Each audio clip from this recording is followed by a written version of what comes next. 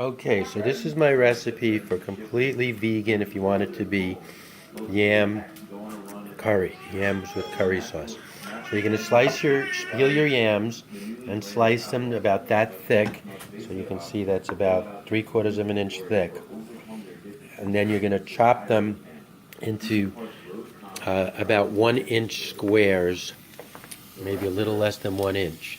Of course, because they're round, they're going to be a lot smaller pieces than all being 1 inches, but that's okay because those will just disintegrate and thicken the sauce.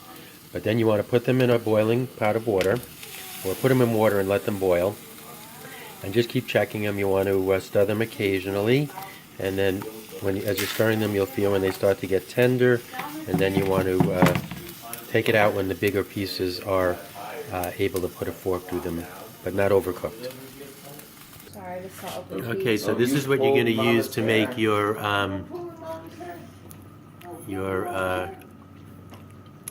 curry sauce. You're going to use, for every 2 cups, you're going to use a half a cup of turmeric. A half a cup. For every 2 cups, you're going to use a half a teaspoon of turmeric, a half a teaspoon of celery salt, a half a teaspoon of ginger, half a teaspoon of onion powder, and a half a teaspoon of cardamom. And then we're going to cook it in coconut oil, and we're going to thicken it with nutritional yeast. Oh, and a teaspoon of curry powder. Again, that's for every 2 cups. Okay, so we're going to drain all of this well. That got all fogged up. And I have 8 cups, so for the 8 cups, I've already melted a tablespoon for every 2 cups, right? So that's 4 tablespoons of the coconut oil. Okay, as soon as your oil is hot enough that it's doing that, when you drop one in, drop everything in. Coconut oil you can bring to a pretty high temperature, so don't worry about the heat. And then you're just going to stir that around so you coat everything and kind of simmer it a little.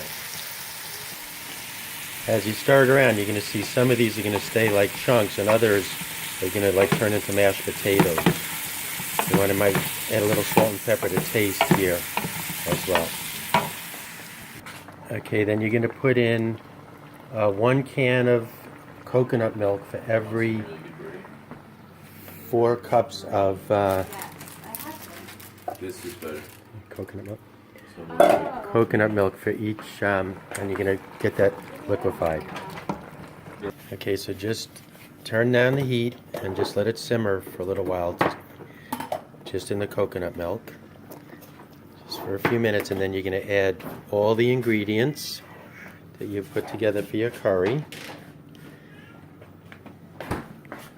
Once the milk is all milky, just put it all right in there. Stir it up. It smells so good. Now let that cook down for a while, and then we'll add our nutritional yeast. Again, you might want to add some salt and pepper. So far we're 100% vegan. It's going to be 100% vegan, but of course, instead of using nutritional yeast, you could use a little flour.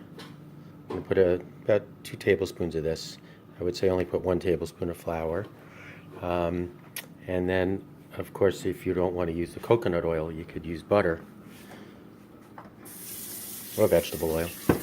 But the only thing that would make it not gluten-free is if you put wheat in it. And of course, if you use regular milk instead of coconut milk, then it wouldn't be vegan. But it tastes good too. Okay, so that's what it looks like when it's done. Nice and thick and gooey. I put in 2 tablespoons of the nutritional yeast. And if you don't want it that thick, you could leave out the nutritional yeast. I hope this is coming through clear because it looks Out of focus. I don't know. And then you're gonna make some kind of grain to put it over. This is quinoa, or you could put it over rice, or if you're not gluten-free, you could put it over, even some kind of noodles or something. But I would think rice or quinoa or couscous. We had it with couscous once. It was great. Couscous is not gluten-free. But you'll see you still got chunks of potatoes, but a lot of potato broke down and became a nice thick sauce. And of course you're going to salt and pepper to taste. It really doesn't need any salt and pepper because you have all that seasoning. I also put in some crushed some cayenne pepper if you want it a little spicy. And that's about it. Enjoy.